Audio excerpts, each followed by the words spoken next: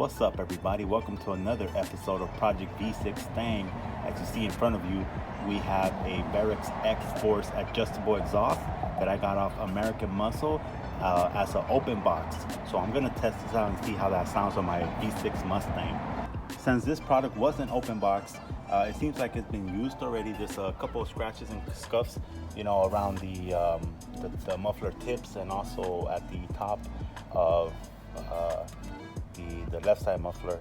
And it also came with a couple of other parts that I don't think are that important to be installed, at least to my knowledge. It seems like this is all I really need. It didn't come with two of the other tips, which is, again, it was an open box deal and I got it for a really good price, so I didn't mind if some of the supplementary parts didn't come with the box. I did get the two mufflers, I did get two tips, and the rest of the piping. Overall, it looks good, and I still have to test them out. I have yet to plug them in, but I'm about to do that, and let's check if these things work.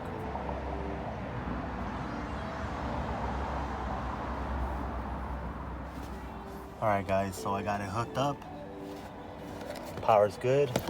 Green light is on. All right, so currently open. All right. Closed. Open. And then I could also sort of like, keep clicking it slowly and control how much of it opens at a time. You hold the buttons, completely closed, completely open. All right, so this one seems to be getting stuck. Again, I got this from American Muscle as open box. So you buy it as is, so if it has any complications or issues, then you're kind of like stuck to deal with it. That's the downside of it. So I'm gonna take a look and see what exactly is causing the jam and see if I could fix it. If not, then we'll see what we do next. All right, guys, I've been going at it for almost an hour trying to figure out what was the issue, and the conclusion is that the butterfly valve in here is not stuck. It's just really hard to move. It doesn't slide smoothly. The other side, it slides completely smoothly. You just tap it and it moves on its own, right? Without the motors on, of course. I checked the motors, they're fine, right? There's nothing, they don't get stuck. They both rotate at the same speed and power. Not an issue there. The good news is that they do close. So what I'm gonna do is I'm just gonna install them and see how they sound. So to start off, I need to cut right where the turnaround ends, which is like right here. Okay, I have my Sharpie, I'm gonna mark it.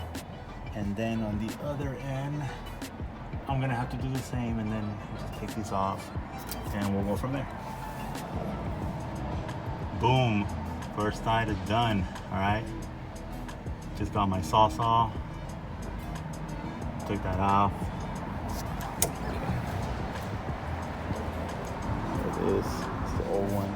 All right, guys, first side is good. It fits pretty well, no issues, okay?